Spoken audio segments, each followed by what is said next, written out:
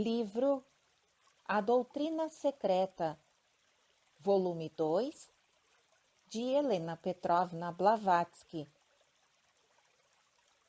Apêndice da 17ª seção. Título: Resumo da situação.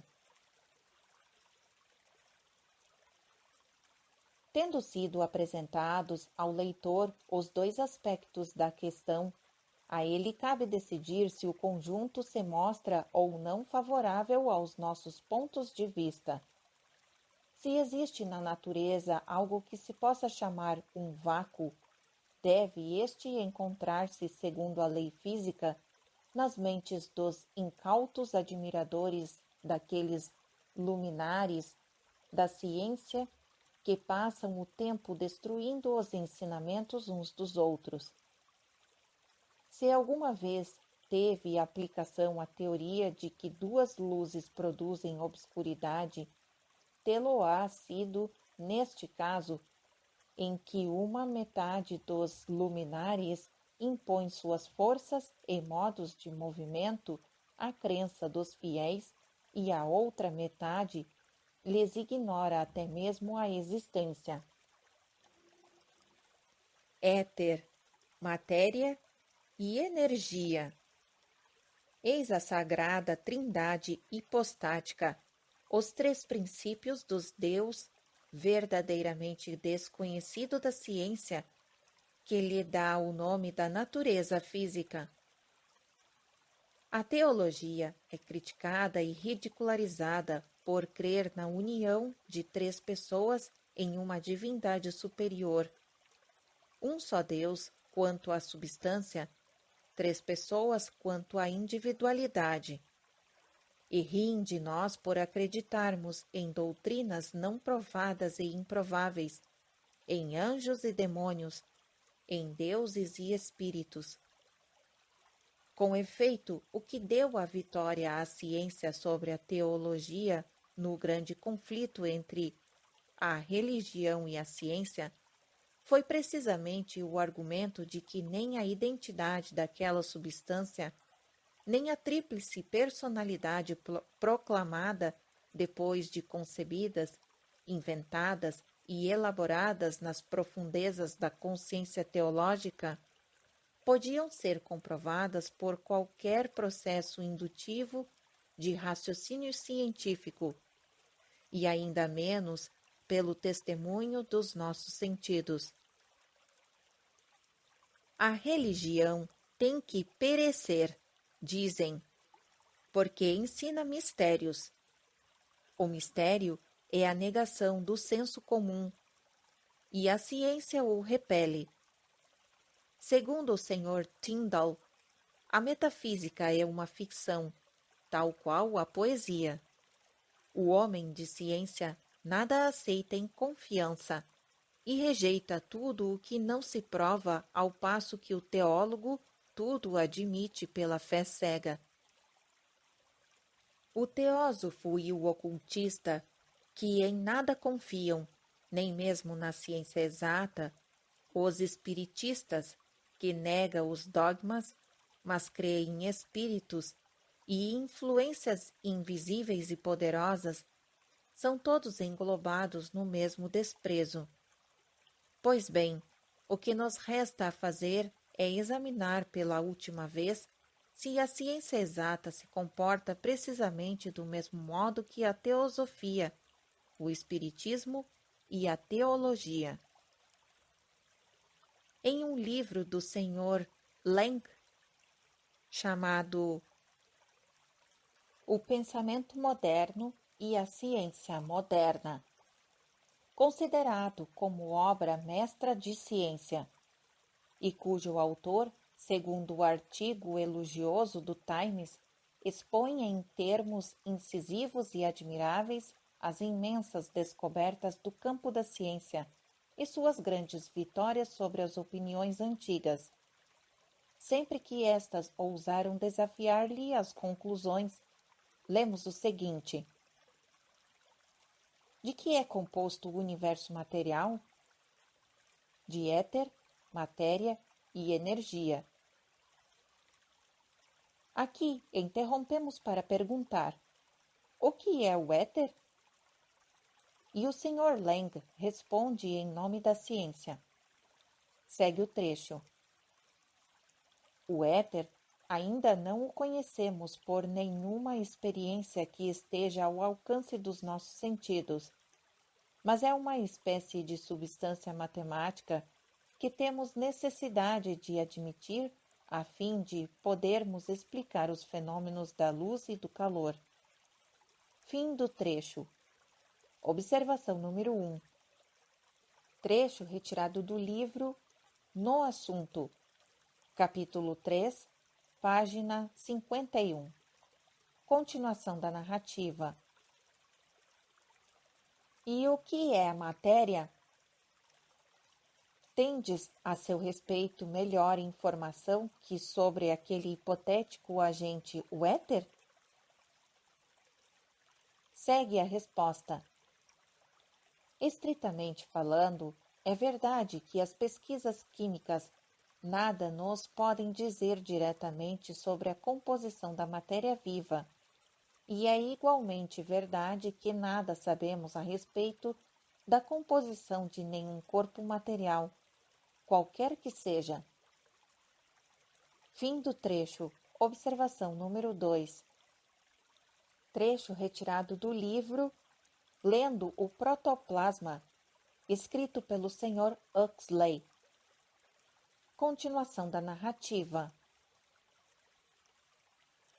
E o que é a energia? Com certeza podeis definir a terceira pessoa da trindade do nosso universo material? Podemos encontrar a resposta em qualquer compêndio de física? Segue a resposta. A energia é uma coisa que só conhecemos pelos seus efeitos. Fim do trecho. Solicitamos melhor explicação, porque isso é bastante vago. Segue a resposta. Em mecânica, existe a energia atual e a energia potencial. O trabalho que se executa e a capacidade de executá-lo. Quanto à natureza da energia molecular ou das forças, os vários fenômenos apresentados pelos corpos mostram que suas moléculas sofrem a influência de duas forças contrárias, uma que tende a uni-las e outra a separá-las. A primeira força chama-se atração molecular.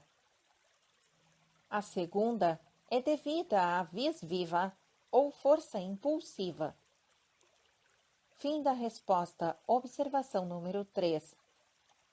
Trecho retirado do livro de Física de Ganot, página 73, tradução de Atkinson.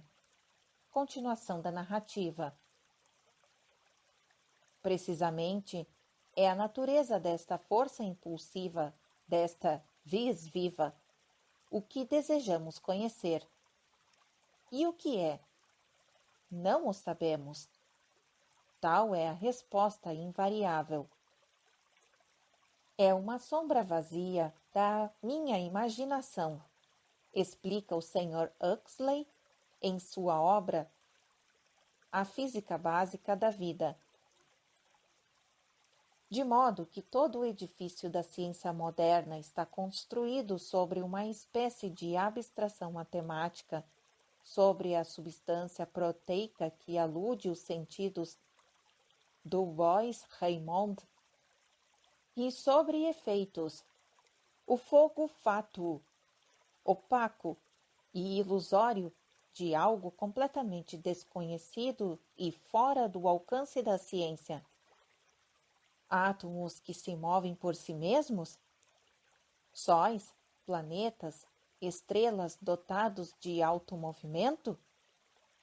Mas afinal, quem ou o que são eles para se moverem assim por conta própria?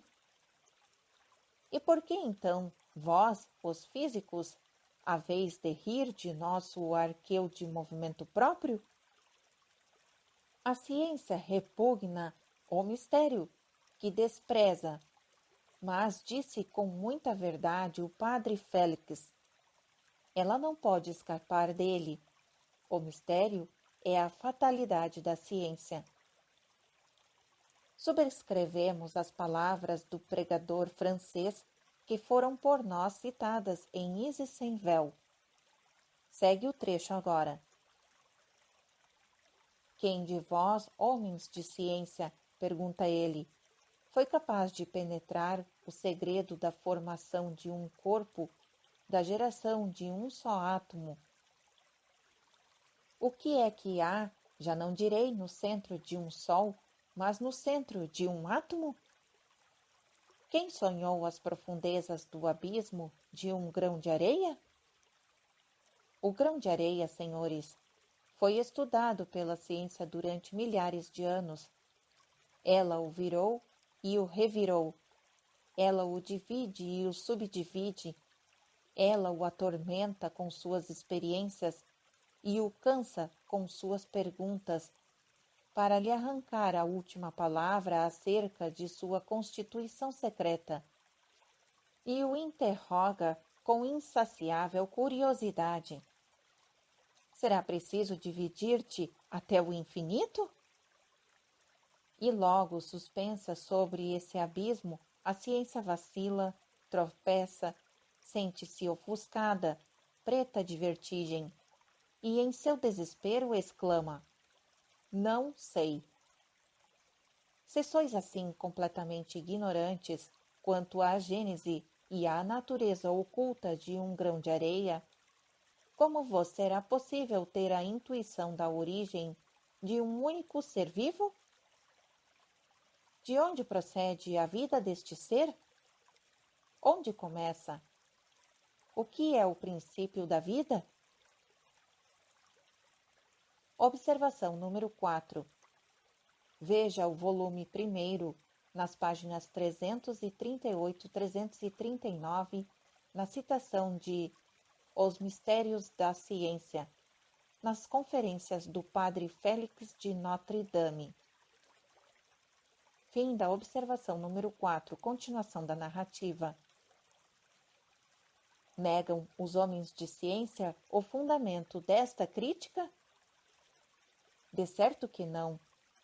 Eis uma confissão de Tyndall, que prova quão impotente é a ciência, inclusive no mundo da matéria. Segue o trecho. A primeira combinação dos átomos, da qual depende toda a ação subsequente, desafia um poder mais penetrante que o do microscópio, em razão mesmo de sua complexidade excessiva, e muito antes que a observação possa ter voto na matéria, a inteligência mais aguda, a imaginação mais sutil e disciplinada retrocedem confusas ante a contemplação do problema. Um assombro que nenhum microscópio é capaz de impedir nos faz emudecer, e não só duvidamos do poder dos nossos instrumentos, mas ainda nos perguntamos se nós próprios dispomos de elementos intelectuais que nos permitam chegar um dia à compreensão das últimas energias estruturais da natureza. Fim do trecho. Continuação da narrativa. Há muitos anos, realmente que já se vem observando quão pouco se conhece o universo material, conforme o confessam estes mesmos homens de ciência. E alguns materialistas vão hoje ao ponto de suprimir o éter, ou, como quer que a ciência nomeie a substância infinita, cujo número os budistas chamam Skavavat. E também o átomo, ambos perigosos em demasia, por causa de suas antigas implicações filosóficas e das atuais cristãs e teológicas.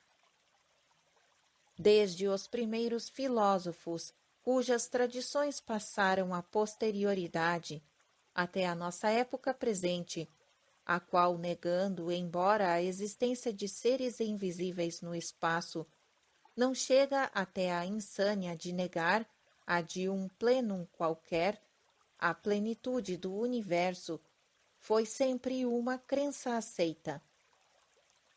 E quanto ao que nele se contém, eis o que nos ensina Hermes Trismegistus, segundo a hábil interpretação da doutora Anna Kingsford. Segue o trecho. No que respeita ao vácuo, considero que não existe, nunca existiu, nem jamais existirá, pois todas as diferentes partes do universo estão cheias, da mesma forma que também a Terra está completa e cheia de corpos, com as suas diferenças qualitativas e morfológicas, corpos que têm as suas espécies e os seus tamanhos, uns maiores, outros menores, uns sólidos, outros tênues.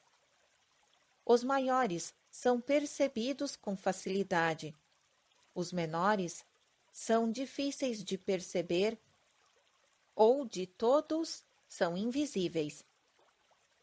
Só sabemos de sua existência pelas sensações que nos causam e por isso muitas pessoas negam que tais entidades sejam corpos, considerando-os como meros espaços. Observação número 5. Vemos aqui a obra dos ciclos e os seus periódicos retorno. Os que negavam que tais entidades, forças, fossem corpos e os chamavam espaços, eram os protótipos de nosso público moderno hipnotizado pela ciência e de seus mestres oficiais que falam das forças da natureza como energia imponderável da matéria e modos de movimento e, sem embargo, consideram a eletricidade tão atômica quanto a própria matéria. Trecho registrado por Helmholtz. A inconsequência e a contradição reinam tanto na ciência oficial como na heterodoxa. Fim da observação número 5. Continuação da narrativa.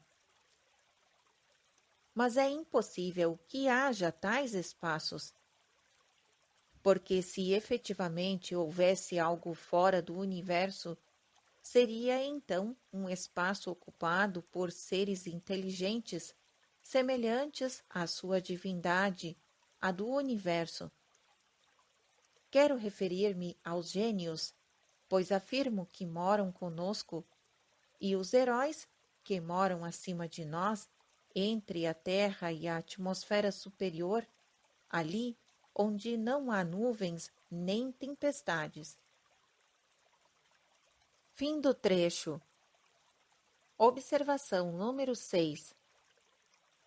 Trecho retirado do livro A Virgem do Mundo, de Hermes Mercúrio Trismegistus, tradução inglesa da doutora Anna Kingsford e do Dr. Edward Maitland, nas páginas 83 e 84. Fim da observação número 6. Continuação da narrativa.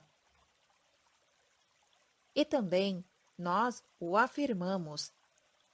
Apenas como já tivemos ocasião de observar, nenhum iniciado oriental falaria de esferas acima de nós, entre a Terra e a atmosfera, nem ainda de esferas mais altas, pois a linguagem ocultista não comporta semelhante divisão ou medida, não havendo nenhum acima ou abaixo, senão um eterno dentro, dentro de outros dois de dentro, ou os planos da subjetividade fundindo-se gradualmente no da objetividade terrestre, que para o homem é o último, o seu primeiro plano. Podemos concluir esta explicação necessária expondo com as palavras de Hermes a crença de todos os místicos do mundo relativamente a este ponto particular. Segue o trecho agora. Há muitas ordens de deuses, e em todas existe uma parte inteligível. Não se deve supor que eles não estejam ao alcance dos nossos sentidos. Pelo contrário, nós os percebemos ainda melhor do que as coisas chamadas visíveis. Há, pois, deuses superiores a todas as aparências. Depois deles vêm os deuses cujo princípio é espiritual. Sendo sensíveis, estes deuses, consoante a sua origem dupla, manifestam todas as coisas de um modo sensível, cada um deles iluminando suas obras umas pelas outras. Observação número 7. Hermes inclui aqui, entre os deuses, as forças sensíveis da natureza, os elementos e os fenômenos do universo. Observa muito corretamente a doutora Anna Kingsford em uma nota esclarecedora. O mesmo faz a filosofia oriental. Fim da observação número 7. Continuação da narrativa. O Ser Supremo do céu, ou de tudo o que se compreende por este nome, é Zeus, pois é por meio do céu que Zeus dá a vida a todas as coisas. O Ser Supremo do Sol é a Lua, pois é por meio do disco solar que recebemos o benefício da luz. Os 36 horóscopos das estrelas fixas têm por Ser Supremo, ou Príncipe, aquele cujo nome é Pantamorfos, o que possui todas as formas, porque dá formas divinas a tipos diversos. Os 7 planetas, ou esferas errantes, têm por espíritos supremos a fortuna e o destino, que mantém a eterna estabilidade das leis da natureza através da transformação incessante e da perpétua agitação. O éter é o instrumento ou meio pelo qual tudo se produz. Fim do trecho. Observação número 8. Retirado do mesmo livro nas páginas 64 e 65. Continuação da narrativa. São conceitos puramente filosóficos e que se harmonizam com o espírito do esoterismo oriental, uma vez que todas as forças, como a luz, o calor, a eletricidade, etc., são chamadas deuses esotericamente. Assim, deve ser realmente, pois os ensinamentos esotéricos eram idênticos na Índia e no Egito. Daí porque a personificação de Foá, sintetizando todas as forças que se manifestam na natureza, é um conceptário legítimo. Demais, como adiante mostraremos, as verdadeiras forças ocultas da natureza só agora começam a ser conhecidas, ainda assim pela ciência heterodoxa, não pela ortodoxa. Muito embora sua existência, em um caso pelo menos, seja corroborada e atestada por um número considerável de pessoas cultas e até por alguns cientistas oficiais. Observação número 9. Veja-se esse trecho também na seção 9, em Força Futura. Continuação da narrativa.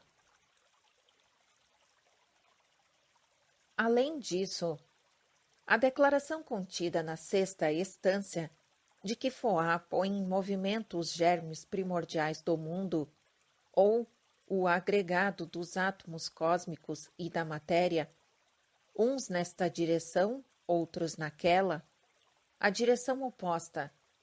Tal declaração parece bastante ortodoxa e científica. Há, em todo caso, para apoiar esta opinião, um fato perfeitamente reconhecido pela ciência, e é o seguinte: As chuvas de meteoros periódicas em novembro e agosto fazem parte de um sistema que se move ao redor do Sol, segundo uma órbita elíptica. O afélio deste anel se acha a 11.732 milhões de milhas além da órbita de Netuno. O seu plano é inclinado sobre a órbita da Terra em um ângulo de 64 graus e 3 minutos. E a direção do exame de meteoros que se move ao redor desta órbita é contrária à da revolução da Terra. Tal fato é reconhecido em 1833 e representa como que a redescoberta moderna do que já era sabido nos tempos antigos. Foa faz girar com suas duas mãos, em sentidos opostos, a semente e os coágulos, ou matéria cósmica, mais claramente.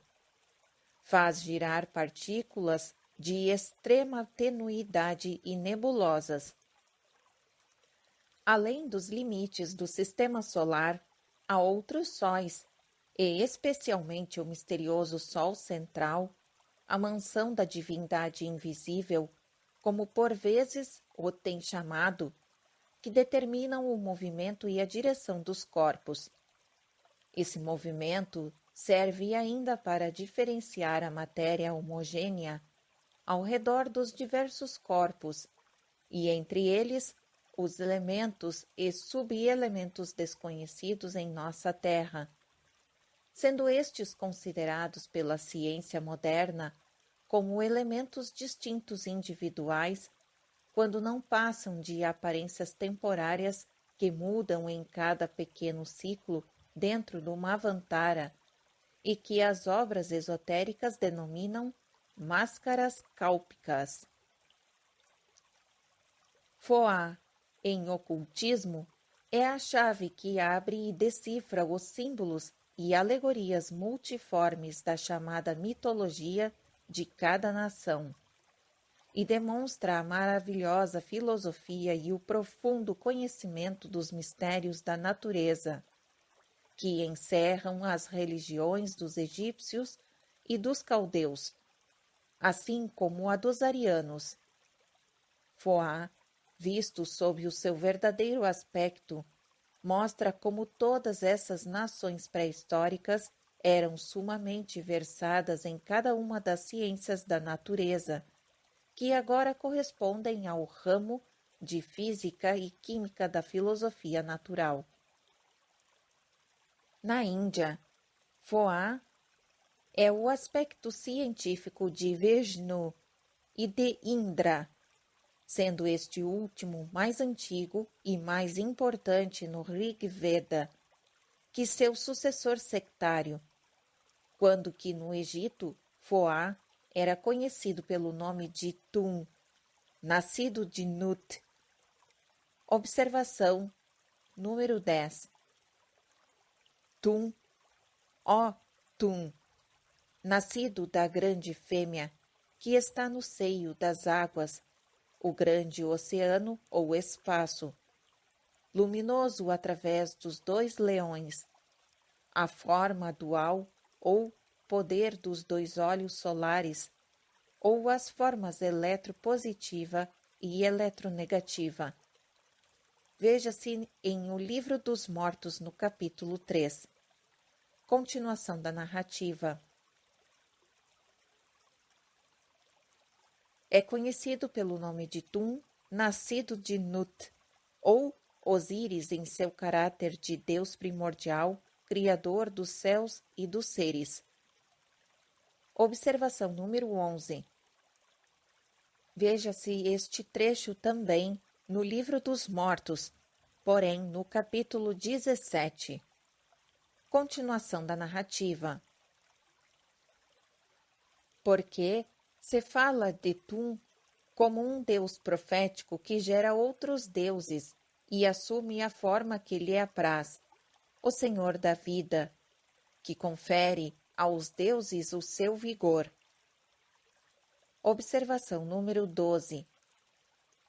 retirado do mesmo livro, porém no capítulo 79. Continuação da narrativa. É o dirigente dos deuses e o que cria os espíritos e lhes dá a forma e a vida. É o vento do norte e o espírito do ocidente, e finalmente o sol poente da vida, ou a força elétrica vital que abandona o corpo por ocasião da morte, razão por que o defunto pede a Tum que lhe dê o sopro de sua narina direita, eletricidade positiva, para poder viver em sua segunda forma. Tanto o desenho como o texto do capítulo 42 do Livro dos Mortos revelam a identidade de Tum com Foá. O primeiro representa um homem de pé, com o hieróglifo dos sopros nas mãos. Diz o texto o seguinte: Eu me abro ao chefe de Heliópolis. Eu cruzo a água derramada por Thoth-Rap, o Senhor do horizonte, e sou o que divide a terra. Foá divide o espaço e com seus filhos a terra em 7 zonas. Eu cruzo os céus, sou os 2 leões. Eu sou Ra, sou Amã. Eu devoro o meu herdeiro. Observação número 13. Imagem que exprime a sucessão das funções divinas, a transmutação de uma força em outra, ou a correlação das forças. A Am é a forma eletropositiva que devora todas as outras, como Saturno devorou seu progenie. Continuação da narrativa. Eu deslizo sobre o solo do campo de Anru, que me foi dado pelo Senhor da eternidade sem limites. Eu sou o grande germe da eternidade. Sou Tum, a quem a eternidade foi concedida. Fim do trecho em destaque. Observação número 14. A palavra Anru, no domínio de Osíris, é um campo dividido em 14 seções, rodeado por uma cerca de ferro, e dentro do qual cresce o grão da vida com 7 covados de altura, o cama louca dos egípcios. Entre os mortos, só aqueles que conhecem os nomes dos 7 porteiros dos 7 vestíbulos serão admitidos no Ament para sempre. Isto é, os que passaram pelas 7 raças de cada ronda. De outro modo ficariam nos campos inferiores. Isto também representa os 7 sucessivos Devanshans ou Lokas. No Ament, o homem se converte em espírito puro para a eternidade. Veja-se isso no Livro dos Mortos, no capítulo 30, item 4. Ao passo que no Anru, a alma do espírito, ou o defunto, é a todo instante devorada por Uraeus, a serpente, filha da terra. Em outro sentido, os princípios vitais primordiais do Sol, ou seja, o corpo astral do defunto, ou a alma, abandona os campos do Anru e vai para a Terra sob alguma forma que deseje assumir. Veja esse trecho também no Livro dos Mortos, porém no capítulo 99. Fim da observação número 14. Continuação da narrativa. São as mesmas palavras usadas por Foá no livro 11 e os mesmos títulos que lhe deram. Nos papiros egípcios, Toda a doutrina secreta se encontra esparsa em sentenças isoladas, inclusive no Livro dos Mortos. Vê-se ali o número 7, tão a miúde e com tanta ênfase como no livro de Dizian. A grande água, o abismo ou caos, diz-se que tem 7 covados de profundidade. A palavra covados, devendo aqui significar divisões, zonas e princípios. Ali, na Grande Mãe, nascem todos os deuses e os 7 seres das 7 forças mágicas que venceram a serpente Apap, ou a matéria. Observação número 15. Veja-se este trecho no Livro dos Mortos, no capítulo 108. Continuação da narrativa. Nenhum estudante de ocultismo, porém, deve ser induzido em erro quanto às expressões habitualmente usadas nas traduções dos livros herméticos e crer que os antigos egípcios ou gregos fizeram alusão a todo o momento em sua conversação, como o fazem os monges, a um ser supremo, um Deus, o Pai único e Criador de todas as coisas, etc., etc., conforme se lê em cada uma das páginas daquelas traduções. Nada havia de parecido em verdade, e esses textos não são os textos originais egípcios. São compilações gregas, a mais antiga das quais não remonta além do primeiro período do neoplatonismo. Nenhum livro hermético escrito por egípcios, como se pode ver pelo Livro dos Mortos, falaria de um Deus único universal como o dos sistemas monoteístas.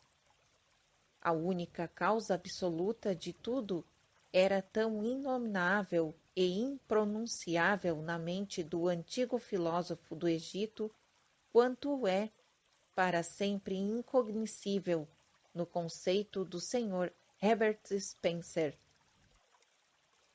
Quanto aos egípcios em geral, como bem observa o Sr. Maspero, desde que alcançavam a noção de unidade divina, o Deus único nunca era simplesmente Deus. O Sr. Lapage Renolf explicou muito acertadamente que o termo Noutir Nouti, Deus, jamais deixou de ser um nome genérico para ser um nome pessoal. Para eles, cada Deus era um Deus único e vivente. O seu monoteísmo era puramente geográfico. Se o egípcio de Mênfis proclamava a unidade de Paf como exclusão de Amon, o egípcio de Tebas proclamava a unidade de Amon com exclusão de Paf, tal como agora ocorre na Índia nos casos dos Shaivas e dos Vaishnavas. Ra, o Deus único de Heliópolis, não é Osíris, o Deus único de Abidos, e pode ser adorado juntamente com este, sem que seja por ele absorvido. O Deus único não é senão o Deus do Nomo, ou da cidade, Noutir, Nouti, e não exclui a exigência do Deus único do Nomo, ou cidade vizinha. Em suma, sempre que falamos do monoteísmo egípcio, devemos falar dos deuses únicos do Egito e não do Deus único. Observação número 16. Trecho registrado por Maspero no livro O Guia do Museu de Boulek. Página 152, na versão de 1883. Continuação da narrativa. Por essa característica eminente egípcia é que se deve testar da autenticidade dos chamados livros herméticos, e ela se acha ausente por completo nos fragmentos gregos conhecidos sob este nome. Prova de que a edição dessas obras não sofreu pequenas influências dos neoplatônicos gregos e talvez dos cristãos. Sem dúvida que a filosofia, em sua essência ali, está em muitos lugares intacta. Mas o estilo alterado e ajustado a um sentido monoteísta, tanto, se não mais, quanto o texto hebreu do Gênesis em suas traduções grega e latina. É possível que sejam obras herméticas, mas não obras escritas por um dos dois Hermes, ou melhor, por Thoth Hermes, a inteligência diretora do universo, ou por Thoth, sua encarnação terrena chamada Trismegisto, a pedra de Roseta. Observação número 17. Veja-se no Livro dos Mortos, no capítulo 94. Continuação da narrativa. Tudo, porém, é dúvida, negação, inoclastia e brutal indiferença em nossa época, que conta uma centena de ismos e nenhuma religião. Todos os ídolos são destruídos, exceto o bezerro de ouro. Infelizmente, as nações, como os indivíduos, não podem escapar ao seu destino. A própria história é tratada pelos chamados historiadores com tanto pouco escrúpulo como a tradição legendária. Por esse motivo, Augustin Thierry fez aquelas reparações honrosas, se podemos crer em seus biógrafos. Deplorava os princípios errôneos que levaram todos os seus supostamente historiadores a se extraviarem, fazendo com que cada pretendesse estar corrigindo a tradição. Esta voz popular, que em 9 casos sobre 10 é a voz de Deus, e finalmente reconhecia que é na lenda que se encontra a história verdadeira, pois acrescenta o seguinte: a lenda é a tradição viva, e 3 vezes sobre 4 é mais verdadeira do que o chamamos a história. Fim do trecho. Observação número 18. Trecho retirado do livro A Revisão dos Mundos, de 1865, páginas 157 e 158. Continuação da narrativa. Enquanto os materialistas negam tudo no universo, menos a matéria, os arqueólogos tratam de amesquinhar a antiguidade e destruir todas as afirmações da antiga sabedoria, falseando a cronologia. Os nossos atuais orientalistas e historiadores são para a história antiga o que as formigas brancas são para as construções na Índia. Mais perigosos ainda que as termites, os arqueólogos modernos, as autoridades do futuro, no que respeita à história universal, querem dar à história das nações passadas o mesmo destino de certos edifícios nos países tropicais, como disse Michelet. Segue o trecho. A história ruirá por terra e ficará reduzida a pó no correr do século XX. Devorará até os seus alicerces pelos que lhe escrevem os anais. Fim do trecho. Continuação da narrativa. Muito cedo, em verdade, por obra dos esforços conjugados desses historiadores, partilhará o destino daquelas cidades em ruínas das duas Américas, que jazem profundamente soterradas sob intransitáveis matas virgens. Os fatos históricos ficarão ocultos à vista pelas selvas impenetráveis das hipóteses modernas, do negativismo e dos ceticismos. Mas, por felicidade, a história real se repete uma vez que procede por ciclos. Os fatos mortos e acontecimentos deliberadamente afogados no mar do ceticismo de nossos dias voltarão à tona e reaparecerão mais uma vez. Nos volumes 3 e 4, a circunstância mesma de que uma obra com pretensões de filosófica e que é, ao mesmo tempo, uma exposição de problemas os mais abstrusos, deva começar por descrever a evolução da humanidade a partir dos que são considerados como seres sobrenaturais, espíritos, e irá provocar as mais violentas críticas. Mas os crentes e os defensores da doutrina secreta terão de suportar a acusação de serem loucos e de coisa ainda pior, tão filosoficamente como já o fez a autora por longos anos. Toda vez o que um teosofista seja taxado de louco, deve responder citando as cartas persas de Montesquieu. Segue o trecho.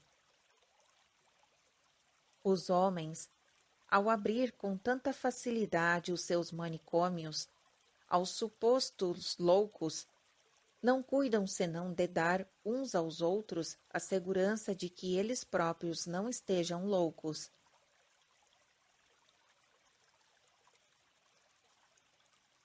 Fim do apêndice da 17ª seção e fim do livro.